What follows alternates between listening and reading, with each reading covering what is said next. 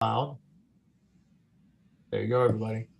And so the only other question I have for you, Athena, is questions. Do you want us to hold our questions to the end, or should we kind of use a little hand raise and I can kind of keep an eye on that and kind of interrupt as appropriate? It's your call completely. I love interactive and discussion as much as possible. So Okay. if folks want to ask questions real time, please do. I think that we have plenty of time in the window given and the amount of content I'm covering that I'll be able to get through all of it, even if there are questions throughout. Fantastic. Okay. So with that, Okay. I'm gonna shut up. Nate, thank you for asking me to join, and thanks everybody for jumping in and being interested in the topic. So I use Google Meet more than Zoom, but I have a question. I saw that people can add reactions um, in the toolbar. So if someone gives like thumbs up, do I see that people that are giving thumbs up? Because I'm thinking it's a good way for me to get some. Yeah, you'll see it on their pictures if you can like Ranga Okay. just put a thumbs up. Yeah, cool. Okay. Yeah. So actually, what I would love to see really quickly before I dive in to the content is how many folks on the call are already using OKRs with your product planning, just so I know how much of this is new versus people using it. Okay, I see some, I'll count that smiley face as well. So a few thumbs up. Oh yeah, more appearing as I scroll through. So cool, and a lot of people that aren't using OKRs yet as a framework, and hopefully this will inspire you to do so. But it just helps me understand the familiarity for people who are joining in. So what I'm going to cover here is I'll start with a little bit of background about myself, because I think that it helps to explain why, based on my experience in product management, OKRs have become an important framework that I use when leading product teams. So I'll give you some background on myself, and then we'll dive deeper into OKRs, both on the sort of framing level, but also some of the practical, like how would you actually write them? How would you actually use them? And as I said, like, please chime in with any questions or interrupt me if there are things that you want to hear a little bit more about as I go through this. Love for it to be as interactive as possible. So let's see here. So starting with a little bit about me, I find that if you look at someone on LinkedIn, you can see a list of companies that they've worked for. When I look back on my companies and experience, I relate it to having exposure to companies that were at different stages of growth and how that influenced me as a product leader, the things that I learned and the things that I was exposed to that were challenges for those companies that influenced me as a product leader. And so I wanted to explain those stages. This is a graphic from a book that I really like called Predictable Success. It's written by someone that's worked with many, many, many companies and has identified there are just these like typical stages that any company could go through. Your goal is to stay in this area called predictable success. And so just to explain what these stages are, the early struggle, if you think of it, it's like that startup stage where it's the goal is to have kind of get to a point where you have cash or have enough cash, keep the business going until you find product market fit.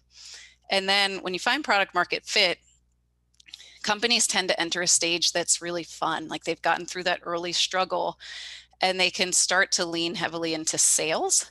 And so oftentimes sales becomes a focus pretty quickly because now it's an opportunity to start generating revenue. And then you hit a point where the focus shifts to profitability and scale. And that's when we hit a stage called whitewater. And so scale is because time for the company to like keep going. Usually there may be funding or revenue grew really quickly.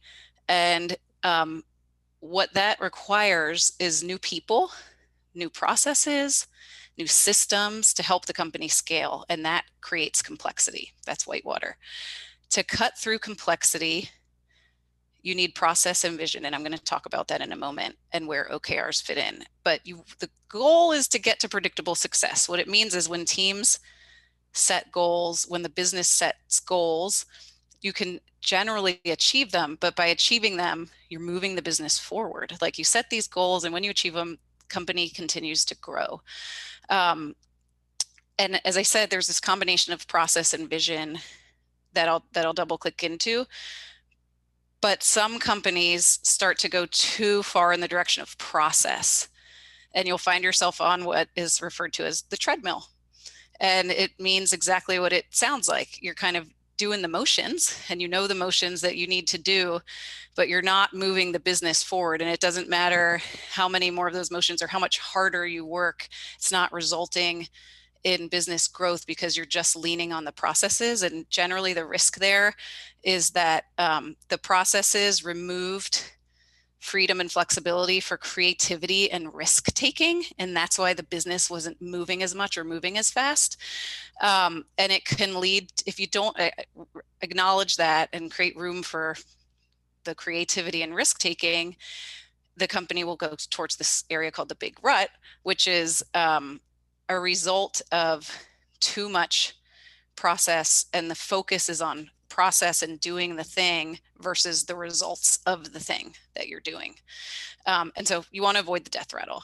And in my experience, one thing that's notable is the first company that I ever worked for, looking back, was in this mode of predictable success. And while I was there, the company IPO'd, and a lot of great things were coming out of that company.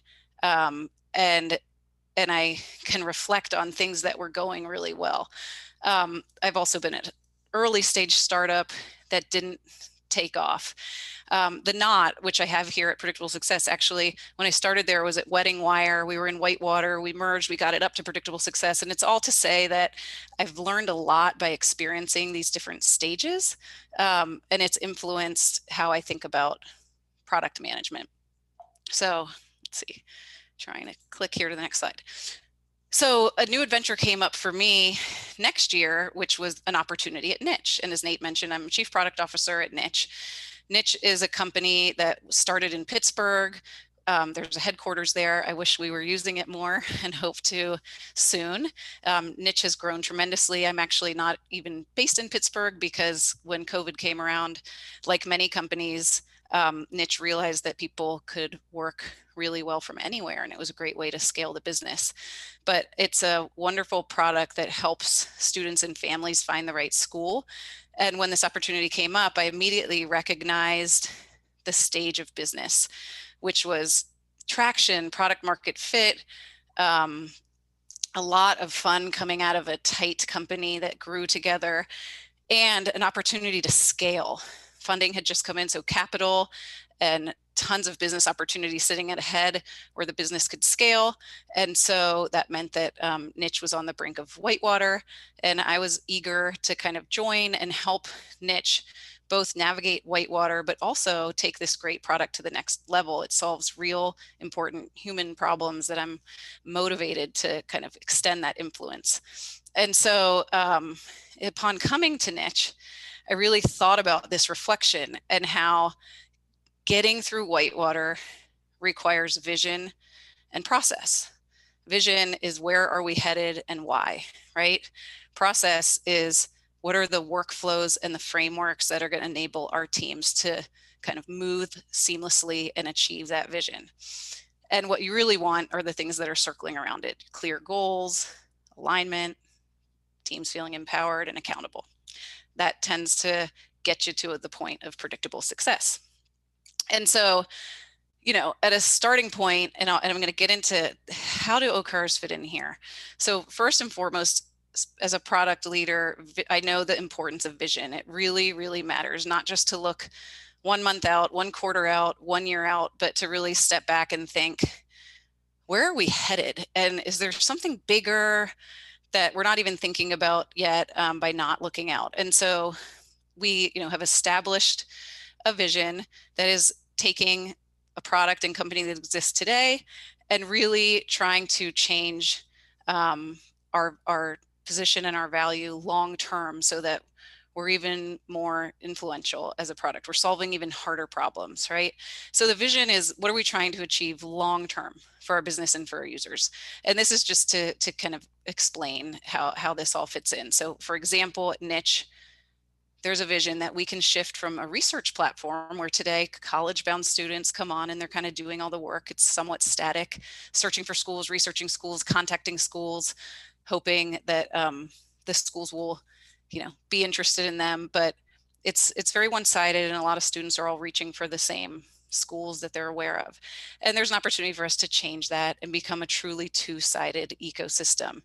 And that would mean that students and schools can both find and discover and connect with each other. So I'm only explaining this so that when I get into some of the tactics and the OKRs and I use Niche as an example, you'll understand how that fits in. But the vision, it's important to have a vision. And then you have a strategy, which is, how will we get there? How do we get from today to our future? And you break down steps that the product will have to take to prove things out, to evolve features that don't exist today, hypotheses to validate, et cetera. And that's where OKRs fit in. So for me, when I think about OKRs, the O stands for objectives, the KR stands for key results. And so you set these quarterly objectives, and what they really should be are milestones that are validating aspects of the strategy or marking progress towards the future of where the business or the product could go. And then the key results are, how will we know if we actually achieved our objective? So those are the measurable metrics. And so I'm going to get into a little bit more specifics here in terms of diving into OKRs. So that was for the framing of, one of the reasons I've embraced OKRs is because I see the importance of having not just a vision, but a process for getting there. And that OKRs are really a framework that creates process around it, checkpoints, accountability, clarity, et cetera, so that the teams can move towards that vision with some of the important elements of process and room for creativity and risk-taking. So I'll give a brief history and intro to OKRs, super brief, some of the guiding principles of what to consider that make OKRs actually work, talking about setting an OKR, and then just some quick lessons learned, to maybe some things to think about or avoid if you're working with OKRs. Before I get into that, any questions? I promised I would stop and give people room to ask. So I have one question, Athena. So you mentioned about when you get an opportunity from niche, you said you find out that niche product is at a fun stage. It's between reaching out to the, how did you find out that? Could you please share some useful Sure. information? Yeah, I think actually it's a good question, because if you're exploring opportunities and you're thinking of certain stages of business that may or may not be appealing to you, it's helpful to know that. So for me, on that growth path, there's the early struggle, and then the kind of things are moving up and to the right, and that, but you're on the brink of scale, because that's where the whitewater comes into play, is scale, complexity that comes from the fact that things are going so well that you need more people, new processes, new systems to take the business to the next level. And so when I was learning about the company, I asked a lot of questions around that. So for one, I did some research and saw that Niche had raised funds, had done a Series C before reaching out to me about the role.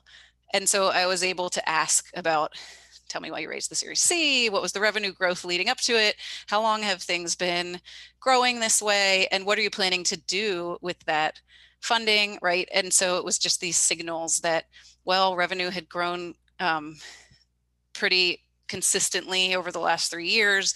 We wanted to grow the business. We found traction. We have this many clients and this many users, and we really wanted to grow. And we're going to use these funds to build up our teams and build out our skills. And so it was just very familiar territory for me. Okay. Yeah, and I think similarly, if you're talking to a company, sometimes you could ask questions that enable you to really understand if they're at the treadmill stage, for example, which you might want to avoid, or maybe you're motivated to enter that knowing that some of what you bring to the table will shift them into that more creative space, and bring them back to predictable success. But yeah, treadmill for me, there's signals where like businesses that can't pivot quickly are very rigid, really deep hierarchical structures that are hard to change. And sometimes it's roles that are, the day-to-day is very, very defined. And there's a lot that you could, so knowing the stage of businesses and what you might be interested, you can kind of ask questions to dig in that way. Thank you so much. Thank you. Absolutely. Okay, anything else before I jump in a little bit deeper into OKRs?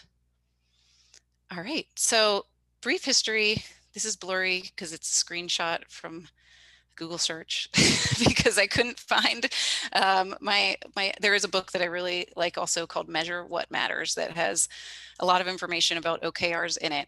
But I had remembered seeing this timeline at one point because the concept isn't new at all. There's different flavors of goal setting. So like in 1967, MBO stands for Management by Objectives. So there was a goal setting framework. I think a lot of people have heard of SMART goals, which I think stand for specific, measurable, achievable, relevant, time bound, right? That's a flavor of goals and KPIs.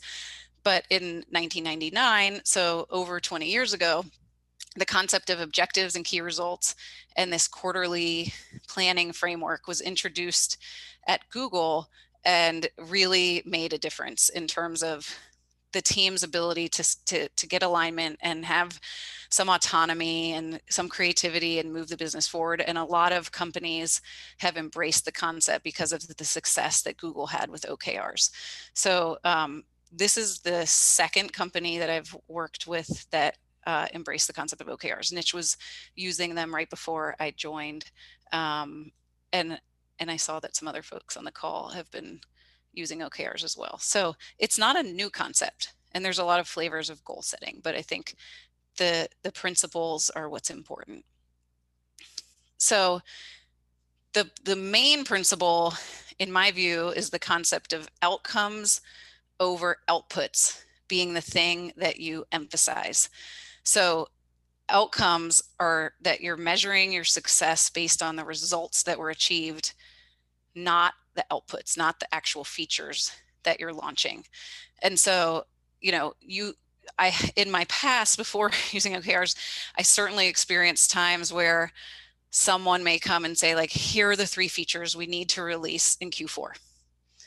And you could release the 3 features and that might have been considered success, but did those features actually do anything to grow the business or what they needed to do?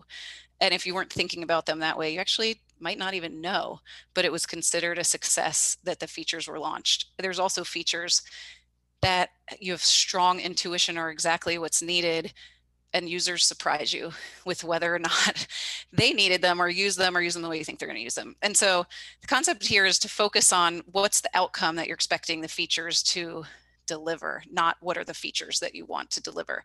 The other thing with outcomes is that teams are accountable for impact, which is important. Is their work and their role impacting the business versus just kind of releasing things? And then it gives people ownership of how do we do this, which creates motivation, a feeling of I'm coming up with the solution.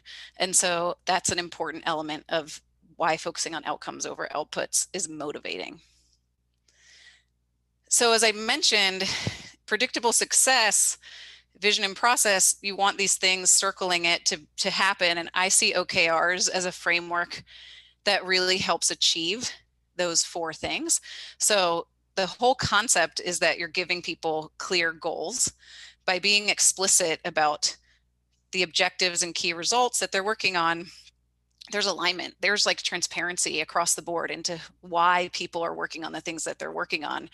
And there are often times includes an opportunity to surface dependencies, like, well, if this is my goal, I can't achieve it without support from X, Y, and Z. And so that also creates alignment that if product work relies on marketing and vice versa, in order for them to set or achieve certain OKRs, they have to be communicating and agreeing that they're also committing to that work. The empowerment comes with the ownership of the how, and then accountability is that when you're saying these are the outcomes we're looking for, you have ownership of the how. Teams feel accountable for driving those outcomes. So just to give an example and like kind of cut to the chase of like, okay, OKR, what do you mean by one? I just pulled this out of an example of one of our current OKRs at Niche for like a product team, where you saw that we are on a mission to kind of go from a one-sided to a two-sided, more personalized experience. And so there's an objective that let's push towards a personalized niche experience that's influential throughout the college searcher's decision-making journey. So it's not a one-time thing you use or a transactional, I'm just here to apply for a scholarship, but it's personalized, it's different based on the individual, and it's influential. And so some of the metrics we'd be looking for is that it increases the percent of users who return and actually take a valuable action. And so we have specific stats in here. How many users today do that? How many more? And, you know, we'd want this number to keep growing, but this is a KR for a specific period of time. There's another KR around launching a profile for a college-bound user to set us up for more personalization. Now for this one, this KR2, I call that a build KR. Like it's actually the result is that you've built something which aren't ideal. Again, you don't want it to just be a list of features that you're releasing, but in this case, it's setting up future value. So by building a profile where people can come give us more information, it's a requirement for some of that personalization that we need to do. And so I feel that build KRs are very appropriate when it's a milestone, as I was saying, those milestones that you have to hit to unlock future value. It might unlock KRs in the coming quarter. So that was an example. And what I'm going to drill into here, just in terms of writing OKRs overall, some of my guiding principles, that they're pragmatic, focused, measurable, aspirational, and that they achieve alignment. So I'll chat about each of these. So in terms of pragmatic, I think it's important that they're kind of plain spoken, very easy for anyone to understand, and that acronyms aren't heavy in the OKRs, because part of the purpose is that anyone in the organization understands what you're working on and why. So I have found that sometimes even I'm reading an OKR for maybe another team in our company, and if I'm like, I don't even understand what they're trying to achieve or what they're doing, it means that it may be written a little bit too specifically for the type of info that that team knows. And so just important for them to work well, that they're written in such a way that you could think to yourself, if I showed it to like my friend, would they understand why I'm working on what I'm working on? The other thing that goes into being pragmatic is that they don't have to represent all of the work, because what's realistic is that things are going to pop up. So if you set them in a quarter and you say, here's my list of KRs that I'm trying to reach this quarter, just know that some of the team's capacity is going to have to go to non-OKR stuff, right? That bugs pop up. There may be inbound requests that are actually important for other people being able to do their role, something that's surprising, something that changed with an external party or site that you rely on. And so it's just being practical and pragmatic, that we have to leave room for some things that we're not counting on doing. Any questions there before I go to the next principle? Okay, the next principle is focused. So the point here is that it shouldn't be an exhaustive list of a whole bunch of stuff that you're trying to do in a quarter. Ideally, it's 3 to 5. 3 is even better. And it's because these are meant to be the top priority things, and there's only so much time. So we run, for example, in 2-week sprints. So we're talking about a quarter, and you're looking at 6 sprints, and there's only so much that you can realistically achieve. And if you try to focus on too much and peanut butter spread the attention, you're not going to make much headway on any given thing. And so they're meant to be focused intentionally.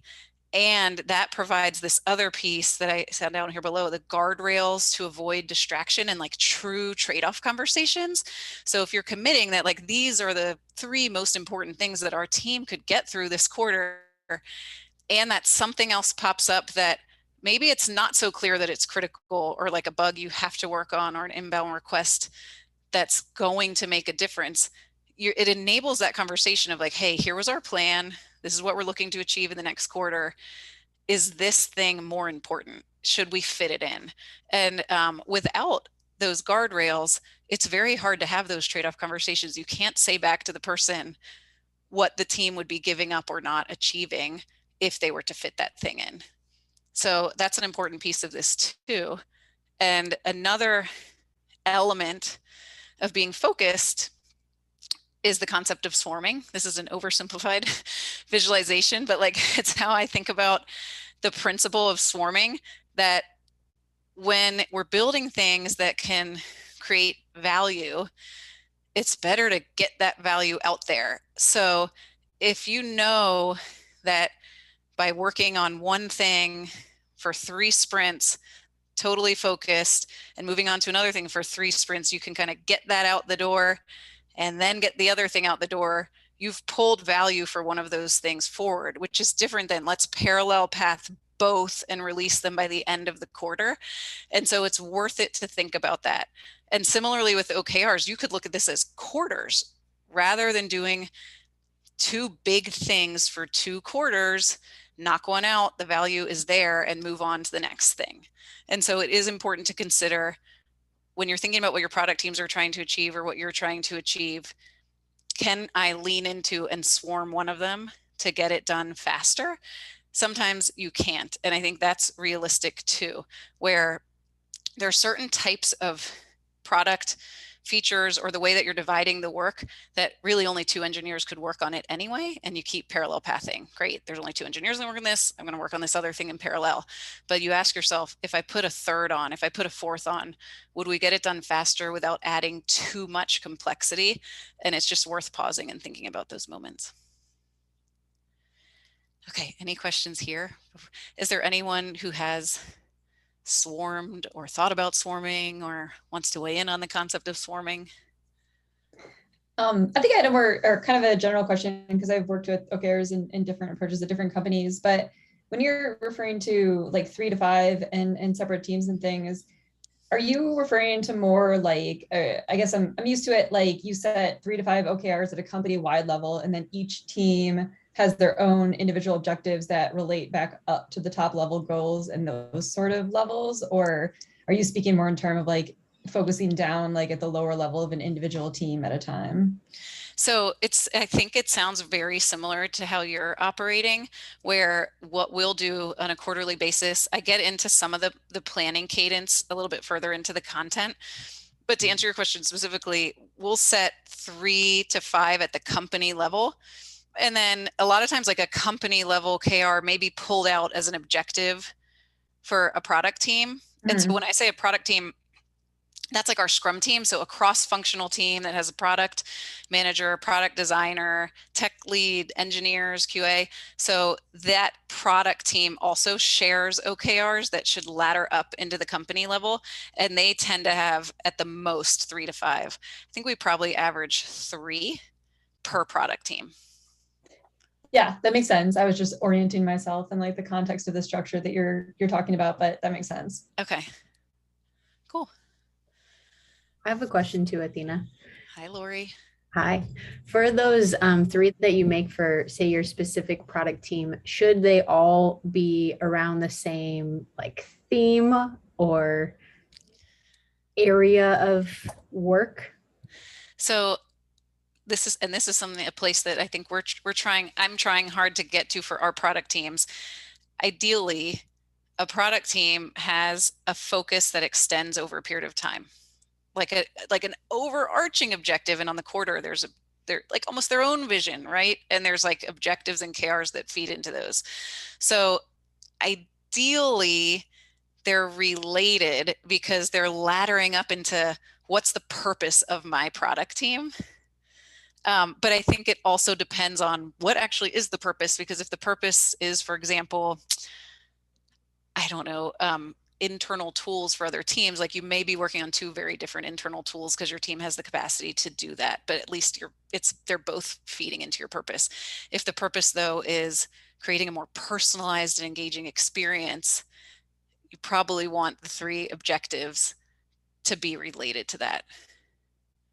But I think the key there is if product organizations can be set up in such a way where we're getting very close to, and in some cases have, at least for this past year, teams have had an ongoing focus. If they can be set up in such a way that based on that longer term vision or strategy, the team's focus areas extend over a period of time, over a quarter, that at the product team, scrum team level, there's an overarching vision that they own, that they hold on to in the bigger picture vision, then it creates a lot of momentum and efficiency, because they're not context shifting, because the next quarter is just a refresh of, okay, these were my milestones for quarter one.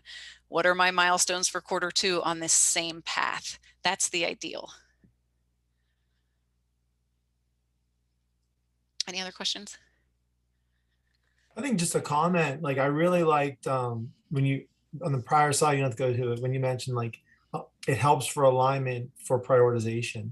Like I think like so all too often you get caught up in this discussion of, well, why this and not that, and what about this suggestion or this backlog or that enhancement request, and like this kind of like helps to cut through all that and say like, if it doesn't help achieve these, it's not that it's not Is it important. worth doing? Is It's it just worth not doing? important right now, right? Yes. Yeah. Yeah. I really like that a lot. Great.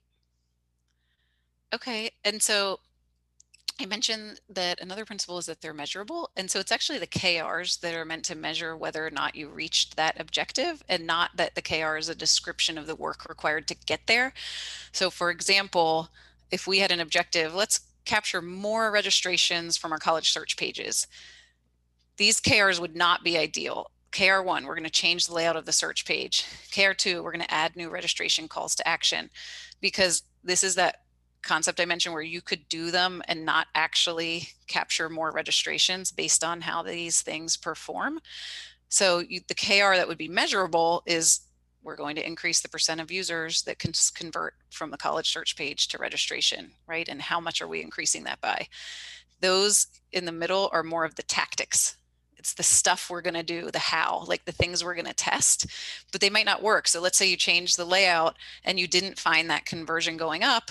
There's something else you could probably do and test in the same quarter, and you keep going. So you're not like, check, we achieved our KR.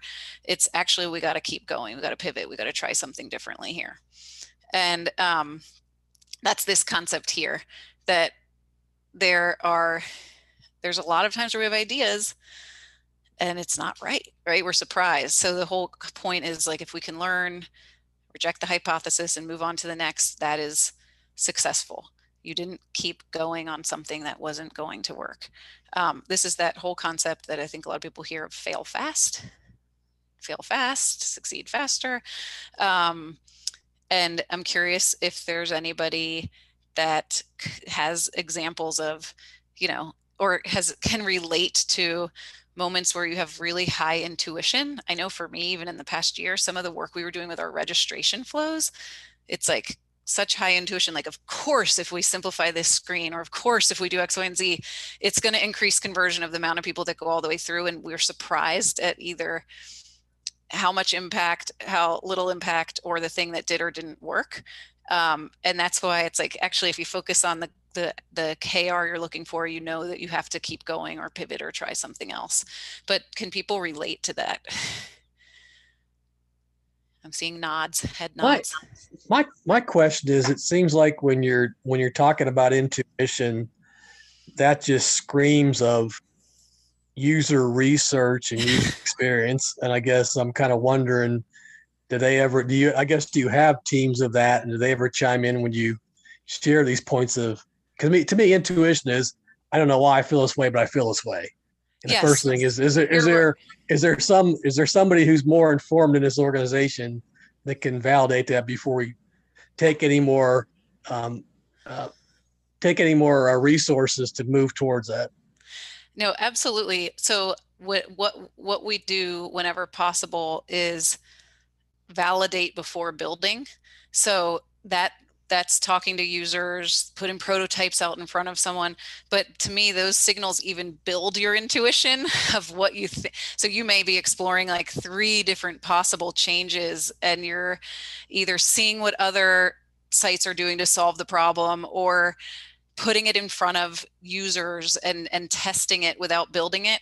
And those things, or even past tests for me, build intuition.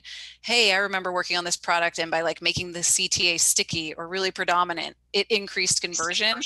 And so when I'm saying intuition in this moment, it's basically based on inputs, but you haven't released the thing yet. So you don't actually know if it's going to do what you're expecting it to do.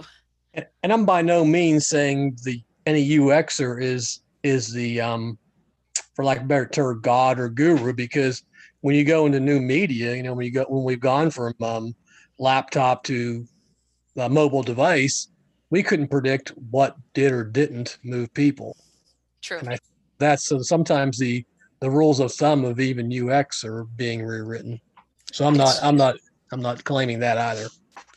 No, I hear you. I think that intuition without signals is riskier, and sometimes though you kind of have to test something, but I think intuition with signals, and whether that's user research or past tests or past things that you've experienced and learned from, it can give you a feeling that something's going to work. And until you actually build it and put it out there and maybe test it against the current or control, it's hard to know if it really will work. Okay. And so, Greg, did you have a question or comment? Sure, if there's time. I'm curious on your, I guess, 2 slides previous now, you've got your example objective and your example key result. I'm curious how you keep the KR from being too similar to the objective, or maybe my question is better phrased as, how do you know if your objective is too small or if your key result is too large?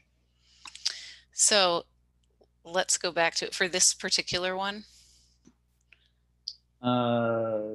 Yes, so the objective is capture more and the measurement is increase more. So yes. How do you know if you're adequately differentiating those things? That's a good point, because this objective isn't perfect. I think that this is an example of just, hey, what we want to do as a business is get from a certain part of our product, get more registrations. And then the KR is really a combination of how are we going to know if we did that? And also, after thinking about it with the team and the tactics we have, how much do we think is really achievable, right, in this upcoming quarter? And that's usually a mix of science and art. I've found that, like, can we get it from 2 to 5%?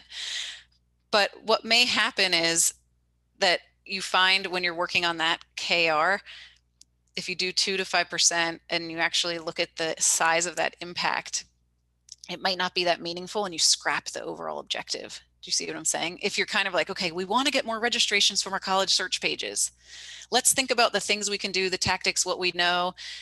How much will that even move the needle? Well, we think we get it from 2 to 5%. That's only 100 more registrations a month. Well, you might actually scrap the objective and think we got to come up with a different way of laddering into whatever that company level goal is. Okay, so in this case, if I'm hearing you correctly, for this example, your key result is simply applying metrics to the objective, because the objective is pretty straightforward. In this case, yeah. Gotcha, thank you. Yeah.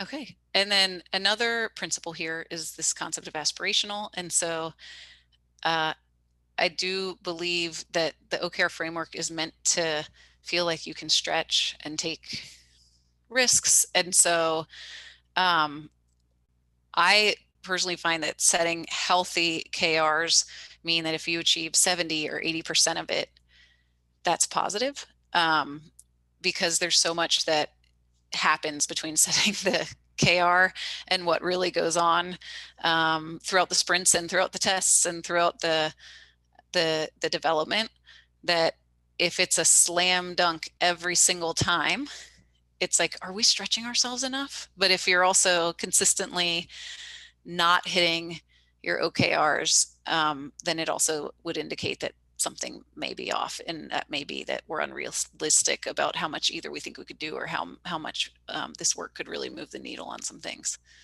So this is just to say that I think healthy OKRs are aspirational. And then in terms of alignment, another key principle, and I'll talk through this concept and then our process for OKR setting. Ideally starts with the long-term vision. And as I was mentioning when I answered Lori's question, this concept of if there are continuous ownership areas for teams, then they build up context on those ownership areas. Like if there's a part of the product or a part of the vision, a part of the mission that certain teams own, that their objectives tend to be related to, there's a lot of positives there because those milestones mark progress and they can just keep going across multiple quarters and refreshing the milestones and the KRs. So ideally starting with a long-term vision. And then for us quarterly, our company sets company level OKRs, like 3 to 5. This is what the company is looking to achieve in the next quarter. At the product team level, they are cross-functional OKRs. So I mentioned that Scrum cross-functional team will reflect on the company level OKRs and set quarterly OKRs for how might they influence those company level objectives. In terms of the actual, what does the quarter look like? The first month of the, because quarters are 3 months. So the first month of the quarter, there's a kickoff. So company level, hey, these are the goals for the upcoming quarter. We encourage product teams to do a kickoff at the product team level as well. Like, here's the context of why we're working on the things we're working on. Here's how they ladder up into the company level OKRs. These are our OKRs for the quarter, so that everyone on the team has that same understanding of why you're doing the work that you're doing and what you're accountable for that quarter. Middle of the quarter, we have an OKR check-in, even at the company level. So about 6 weeks into the quarter, hey, how are we progressing on these OKRs? And I think sometimes it's healthy. In our last one, different teams chimed in for different KRs. So you could hear from people that their team might be responsible for some of the results that the company was looking for, and they gave updates on how's it going, what's their progress. In month 3, actually at the beginning of month 3, while we're still doing work for that quarter, we start planning for the next quarter. Sometimes it feels like we're always planning, so I'd like to try to reduce that feeling and make it even more efficient. But what we found is important is that with at least a month's heads up, the company has said, here's our draft OKRs. Like, this is what we're already thinking about, so that the teams can workshop what that means for them before they kick off the quarter. And so that month is a execution month on the current OKRs and a planning month for the upcoming quarter. And then this bar below reflects our sprint reviews. So every 2 weeks, the product teams come together and demo and give updates on test learnings or user research, et cetera, on, okay, these were our OKRs for the quarter, and based on our last sprint, here's the progress we've made, and looking ahead at our next sprint, this is what we're planning to do. And they give a general status update on each of the OKRs, like, is it on track? Is it at risk? Is there a blocker we need to surface? Is there a dependency we weren't aware of? And that is healthy too. So I think you can't really underestimate the importance of like the cadence and the process and the touch points for this to work.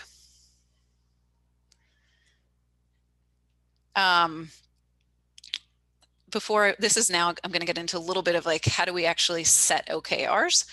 Before I do that, are there any questions about just this planning cycle? Hey, Athena, this is Matt McKillen. How's it going? Hey, Matt, how are you? I'm well, thanks. Hey, I've got a question just in terms of how you guys handle shifting or changing OKRs, right? We've been through a rather tumultuous year with acquisitions and teams changing and therefore priorities changing. And there's been quite a lot of kind of high level company goals shifting that then cascades down to the product teams. And that creates, tension and some frustration. So if you guys are changing your OKRs at the top level, how do you guys kind of manage that change with your teams that are, I guess, most impacted? And can I ask, in your case, are you referring to like even within a quarter? So company is saying, here's our objectives for the quarter, and then during that quarter, the company has different objectives? Or are you referring to kind of changing across the year? No, yeah, we've, and again, I think in our specific example with acquisitions, right, things have changed. So this is even within a quarter, Yeah. right? We came in and we had all these objectives, and then they kind of pumped the brakes on a lot of those, and we pivoted pretty quickly towards some additional objectives of how we want to kind of leverage new technology. And, you know, we did our best to manage kind of the trickle down as, you know, the company's objectives change down to our product teams. But I'm just kind of curious if you guys have had to do that in the past and how you've done that in this kind of framework that you've been talking us through. So I have definitely had to do it in my past. I would say that so if we're changing a company level objective mid-quarter, for me, the bar for why has to be really high because there's so much ripple down disruption that comes at a cost that you have to think to yourself, is the cost greater than like this 6 week, or say you're halfway through, or the 6 more weeks of just like letting people achieve what they've already started working on, right? There's a major context shifting cost, and also work that was probably in flight that was worth something that wasn't seen through. So I think that when that happens, it has to be very worthwhile. And I think that what makes something worthwhile can vary based on the situation. And if it's something that's an external factor, and if there's something like an acquisition that required certain type of integration to happen within a finite period of time, right? Mm-hmm. Then it's about managing that disruption as smoothly as possible. But I do think that you want to avoid it as much as you can. What I'm finding is like I'm actually trying to create more consistency even quarter to quarter, where I feel like what can also be disruptive is for a leadership team to see each upcoming quarter as a moment to like refresh their perspective on what matters most. And even that can be disruptive.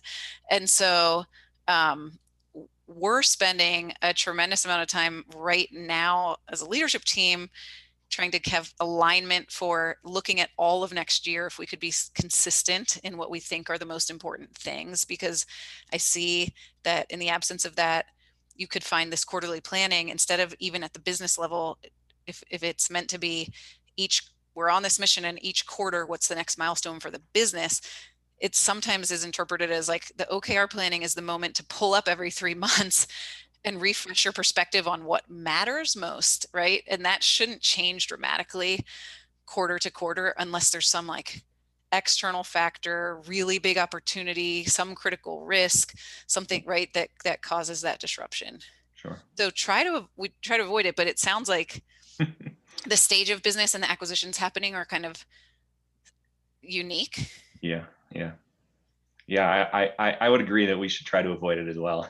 But yeah, I think it's just it's been an interesting kind of way to keep the product teams updated. So I think that's helpful to kind of hear how you guys operate. Yeah, I wonder if also if you're on the brink of these things happening, if there's a way to account for that in the planning and the communication. Mm-hmm. Like, hey, we've got these OKRs pending X, Y, and Z. But it seems what's really disruptive is like midway through, everything changes. Yep. Yeah. Cool. Thank you. Okay, sure. So then in terms of setting OKRs, we tend to have at the product team level, our product managers are leading the process, but getting input from a number of places. And so there are a couple phases that the product leaders of those Scrum teams will go through. And the first is gathering inputs. So they're thinking about what should the OKRs be for our product team for the upcoming quarter? As I mentioned, we share the company level out a month before the quarter kicks off, so they can start reflecting on, okay, the company level OKRs are one input. Now, not every single team's work has to be reflected at the company level OKR. So there's also this reflection of like, for our product team, what is our focus? What's the mission of our team? Like, what's the area of the product that we own? What do we influence the most? And it's kind of thinking through, does that ladder up directly into some of the company OKRs? Should we change our focus based on the company level OKRs? And then it's a reflection of learnings from the quarter. Are there tests we ran that we learned from? Is there user research we learned from? Is something happening with one of our competitors that we learned from? Is there anything that came out of the last quarter that we pause, think about, and would influence the goals that we set for the next quarter? So those are the reflections on info, company OKRs, current strategic focus areas, learnings coming out of the quarter. Then it's looking ahead. Is there stuff that we rolled out that like it's not quite done yet? We should keep iterating, or we could get more value out of this if we focused on it longer. It's the pausing and looking ahead when you're thinking about metrics that your sphere of influence influences. So funnels and areas of product metrics, looking for opportunities, and then even existing backlogs. And I say this in looking ahead because there may be things that just haven't been able to make it to the priority yet, and now they do. And it's like looking back at those backlogs, and are they more relevant now, or did they bubble up to the top priority, or is it now we can get to it and it was important but not as important as the thing that we were working on. And importantly, it's getting stakeholder input.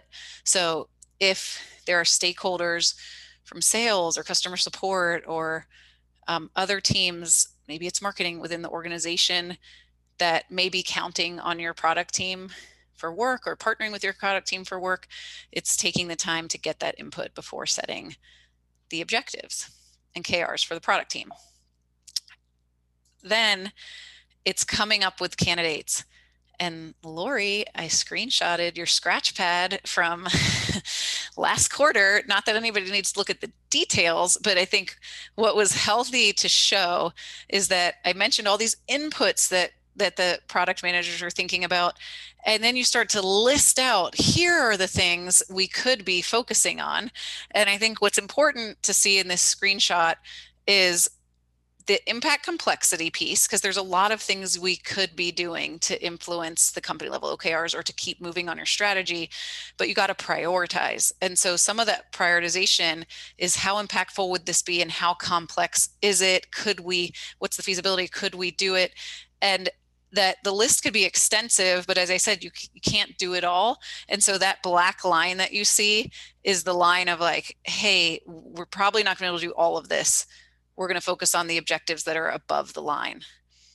So actually, I wanted to share a framework that can also help teams generate these lists and these ideas, just as a planting seed for thought, because I think it's helpful to think through different frameworks.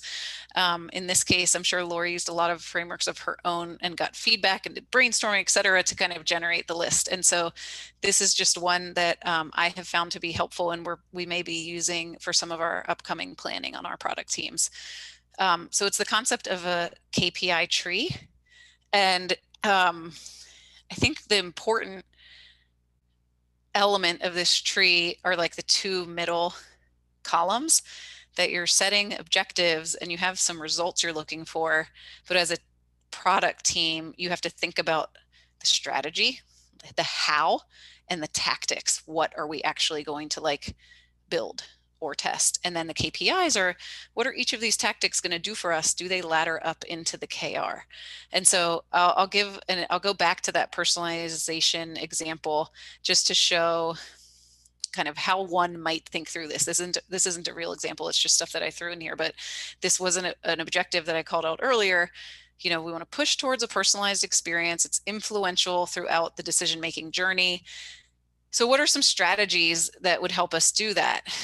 Well, there's data-driven personalization, like we take information we know about the user. Maybe it's implicit, maybe it's actions they're taking, and we change the experience based on that, or we offer them different information based on that.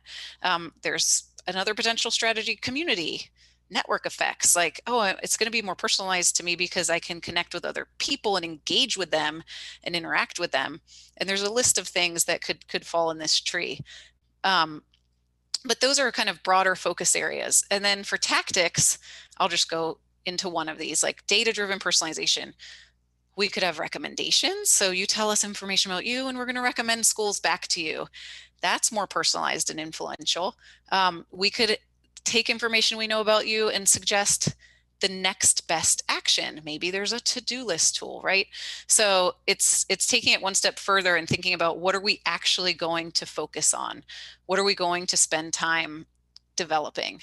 And then there should be KPIs that come out of that work. So if we're going to work on school recommendations, would that increase the number of schools that a student adds to their list? Would that show that our recommendations are good? And again, these are kind of placeholders, but just to illustrate an example, if we're saying actually there's a tactic, it's telling them their next best action, what would that yield for us?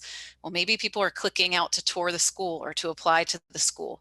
And you're thinking, do these would work in any of these areas of growth ladder into this KR that we want people to return and perform valuable actions? Well, yeah, adding schools to list is a valuable action for us as a business. Clicks to tour and apply are, we have levels of value, and the team would start to assess based on these tactics and the KPIs, or a version of this thought process, what should we actually work on in the next quarter? And the reason I wanted to share this is because OKRs are the clarity of focus and the results, but you still want to create a version of a roadmap, right? And so the tactics are actually the roadmap. It's kind of, we've got these objectives and the results we're looking to achieve, and the how, like we think we're going to do it this way, this way, this way, this way. And you have to sequence those tactics of based on where we think we'll get a lot of impact, and is it feasible? Can we do it? Should we test this first? Test this next? Or build and launch this first? Build and launch that next? But the point here is that there's strategy and tactics that sit between the OKRs, and the tactics are what end up becoming the roadmap for the team. Does that make sense to everybody? Has anybody else used this KPI tree before?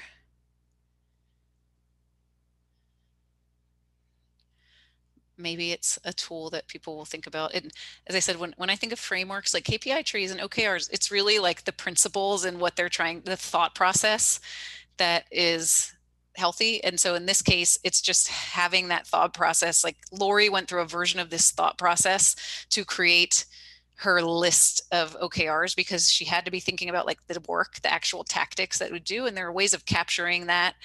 And this is one of them, but it's meant to just guide a way of thinking. Seems like this whole, good, sorry. No, go ahead, Randy. It seems like this whole method would just promote a lot of good dialogue. I'm just looking at this and thinking, how do you get here? And you get here through a lot of good, and I mean, that's just what jumps out at me.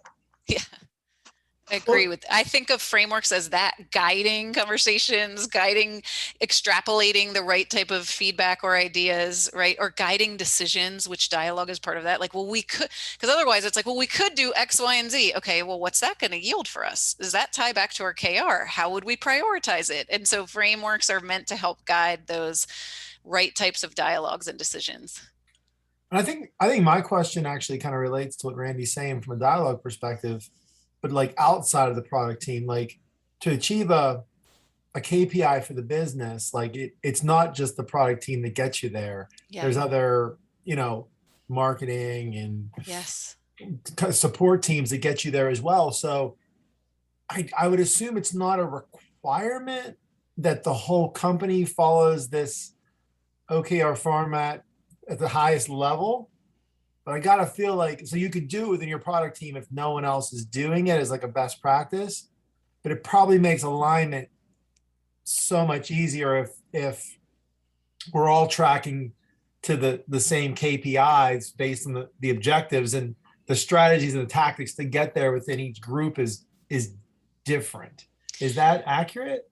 It is accurate. What I will say is, ideally, yes, it's a principle and a framework accepted across the organization, because then the alignment of what are different functions, even outside of the product organization's role in hitting these company KRs, becomes much easier to achieve.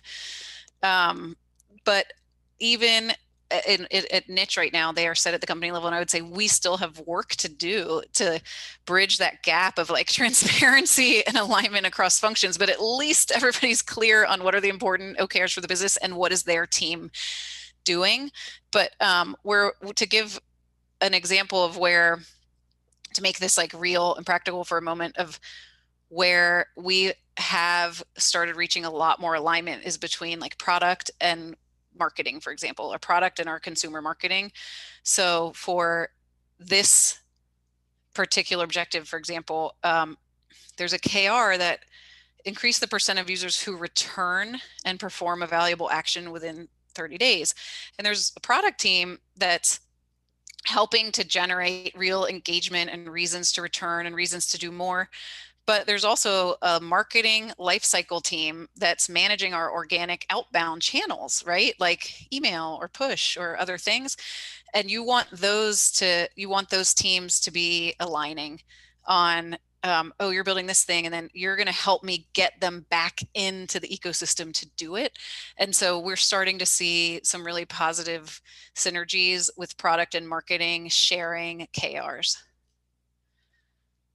And so if you can do that across the board, even better. But I would say if you can't, because it's not always easy to change and get buy-in quickly for a whole organization to embrace this approach, I think even starting at a product team level is healthy, you know, and having that reflection on, well, what do we want to achieve in the next quarter, and being clear on what that will do for the business so that you can still have those active discussions when something else pops up.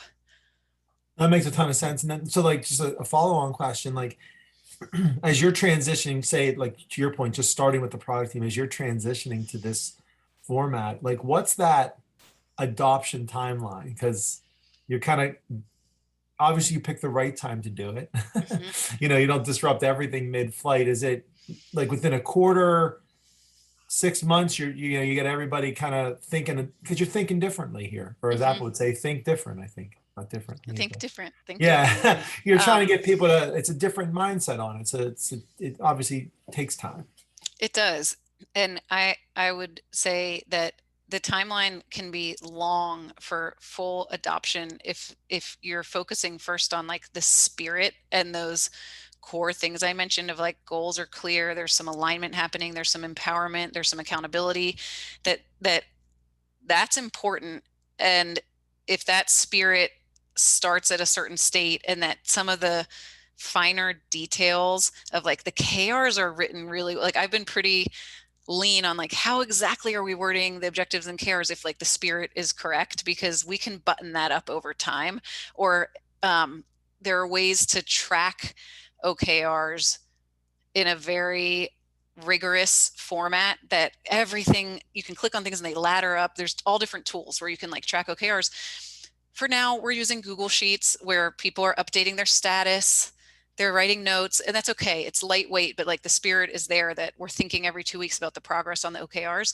And so I would say start by rolling this out by like the principles and the spirit, which is we're gonna, in the next quarter, kick off the quarter with clarity on what are the most important things.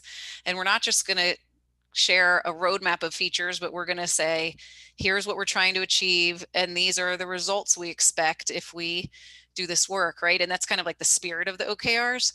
And then give the teams a quarter to work that way, because what you also learn is that process that I talked about of like collecting the inputs and making your list of OKRs, it takes time. So we even have a little document of like, okay, when you're doing your OKR planning at the product team level, ask the teams these questions, reflect on these things to write your OKRs. And so I would say that it's at least a month or so before the quarter starts to introduce the concept and the spirit and what you're looking for teams to achieve. And then a couple of quarters of doing it for it to feel like you're in a groove, and then even more time to put the rigor around it so that they're being tracked and written well and that there's cohesion across the org. But even just embracing the concept, outcomes over outputs, and clarity for people on why we're doing what we're doing, what we expect it to do in the numbers, like that, I think can be started, very quickly. Yeah, it makes a lot of sense. There's a right sizing, and then there's a maturity model or an evolution that it takes as you continue to mature. That's Yep. it's really cool. Okay, and then my final, well, forgot about this, but then I think I have one final slide after this. So final stage of OKR setting is, it is important for that closing of the loop and getting any final feedback. And we're getting tighter about this too, where it's, okay, the business shared their objectives, the teams set theirs, and then let's come back up and say, based on that, this is what we're planning on focusing on, and here's how it ladders into the company level objectives. And if there's any misalignment or expectations that were off, those things are discussed before the quarter kicks off. So it's kind of taking the inputs, setting the OKRs, but then coming back up. And maybe there are things that the teams think about that actually influence or change the company level OKRs. And I think that's a healthy stage of the process. And then finally, I said I would share 5 don'ts. So just little seeds to plant if you are in the midst of using OKRs or thinking about it. I would say, importantly, don't let them prevent open-mindedness. So I think guardrails are really healthy and important for focus.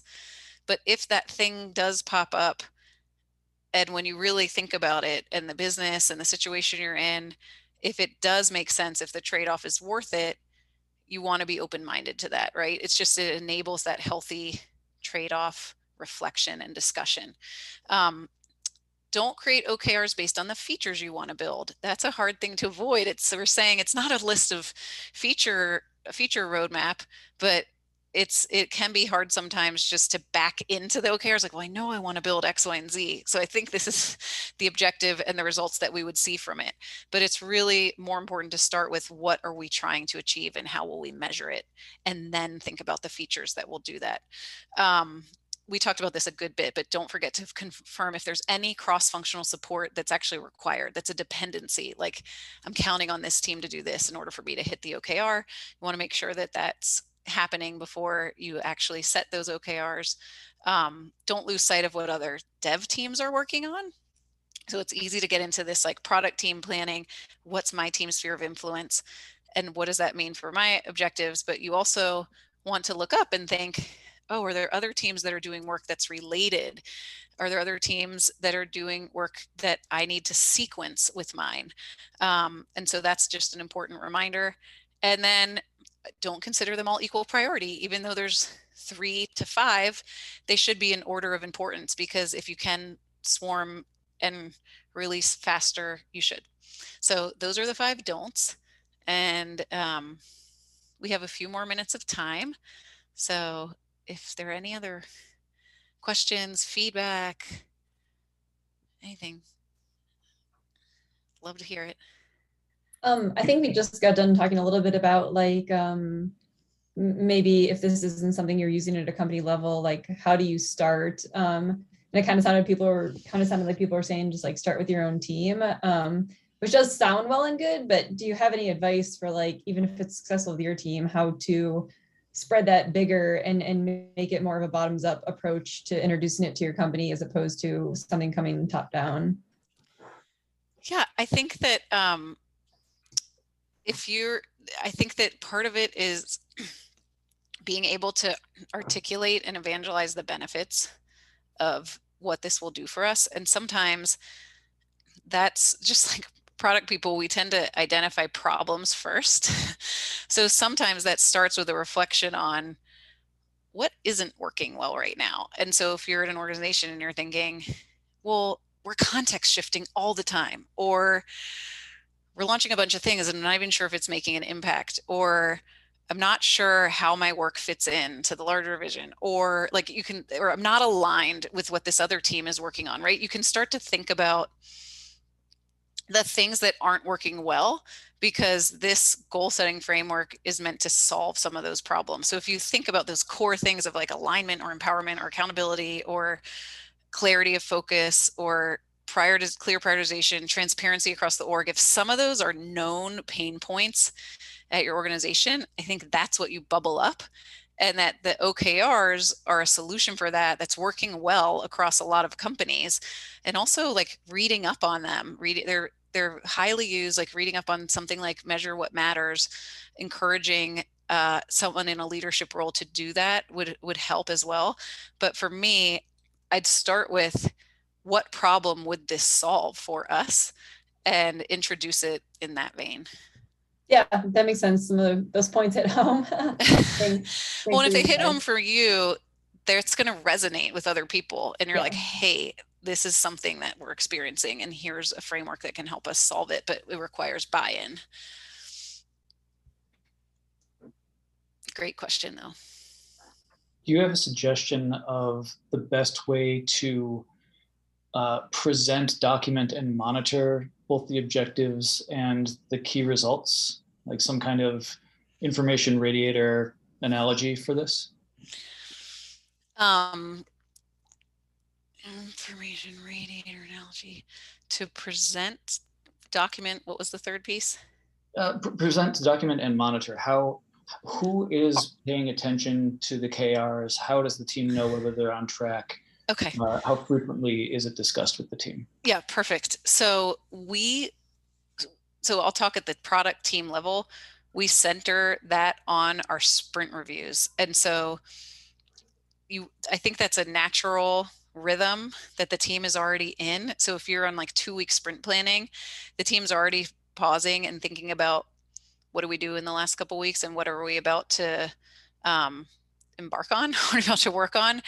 And so when we're capturing progress on the OKRs, so you're kind of setting them at the start of the quarter, and the product manager, and as I said, the tool doesn't matter. In our case, we're using Google Sheets right now, is kind of going back and looking at the objectives and KRs every 2 weeks at the end of the sprint before they kick off the next, and putting in a progress update on how's it going. Like, is it on track? Is it at risk? Is it completed? It's so satisfying.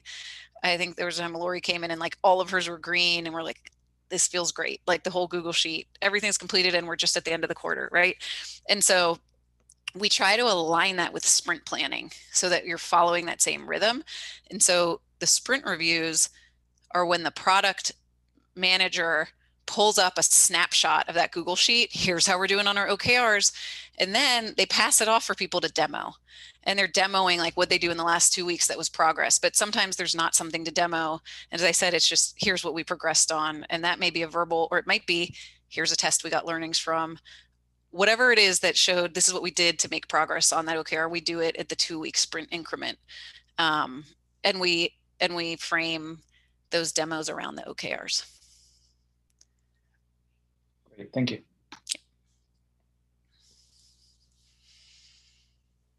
Any other questions for Athena? This was fantastic. I thoroughly enjoyed it. It was very informative. Glad. Thank you. I really appreciated how open and engaging everybody was. I love it when people will speak up. Yeah. Great. Perfect. I had a question. Great framework. I guess the question I have is, and you mentioned the linking it to sprint. Are there any frameworks? Again, I think based on, if you look at like if you look at the service roadmap, you get the full context of what it takes to roll out and support a product, and that's just one view. Have you encountered any frameworks that seem to work well with OKRs, and any that seem to have any significant difficulty merging? Lots of frameworks. Again, there's a framework for everything you want to do to manage a business. Yeah, I think that there are a lot. I would say I would think of, if OKRs are the framework that's surrounding why teams are working on what they're working on, then there are like frameworks that complement that. So for example, there are frameworks for discovery that are within that sphere that are like complementing how you're determining what you're actually going to build. But there's nothing specific that I can think of to answer your question in a meaningful way. I guess to me, this framework seems to just scream of governance, but governance is such a broad term that a lot of organizations grapple with. And there's the whole discussion of scaling agile and, scaled agile. And a lot of that is, agile portfolio management and blah, blah, blah. And they all seem to overlap, but sometimes when you have different languages, even though you're really talking about the same thing, there's still that tension. Yes, I agree with that. And I think that this falls in the bucket of goal setting and governance, like goal setting and accountability type frameworks. Yeah.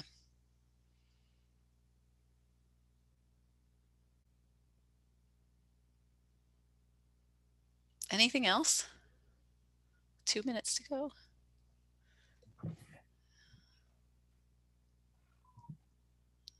Okay. We have a type in. Please let me know if, for a book, are there any books that you would recommend? He sent it to me. Is there any books that you would recommend on this topic? Yes, I would say the one, I actually just realized I have it right next to me, that I mentioned is called Measure What Matters. And it's by John Doerr, who is the person that came up with OKRs for Google. So DOERR. And that's a great one that's specific to OKRs. The book that I mentioned at the beginning of the talk was called Predictable Success. That's more about stages of business and how to navigate it, but like what do you need to put in place to get to predictable success? And I think that OKRs are just like a little component of the process that helps with that, the vision and workflows. But that book, the author is Les McKeown. And gosh, do I have that right near me too? Oh, I do. Okay. And his last name is spelled McKeown. I think those are two good ones. Thank you. You're welcome. Any last questions for Athena before we call it a successful meetup here? It's too bad we can't all linger and meet right now in Carnegie Mellon's cool spaces. I know. But, soon. Yeah. But all right, appreciate people joining virtually. Likewise. Okay, everybody, we'll call it a meetup. We want to thank Athena. Let's do our virtual reaction, clap hands on the reaction thing, or however you want to show your appreciation for the content. Thank you so much, Athena, for joining us tonight. And November 17th, we're back with Max from Google. So he's got quite a competition here. I lost my train of thought there, but Athena set a nice bar as we close out 2021. So thank you. And this will be, if you want to watch it again, it'll be on the the YouTube channel we have, and I'll send out all kinds of reminders for everything to everybody. So thank you so much for everyone for attending, and we'll see you hopefully in the next couple of weeks. November 17th. Thank right you. Here. Thanks, everyone. Bye. Thank you.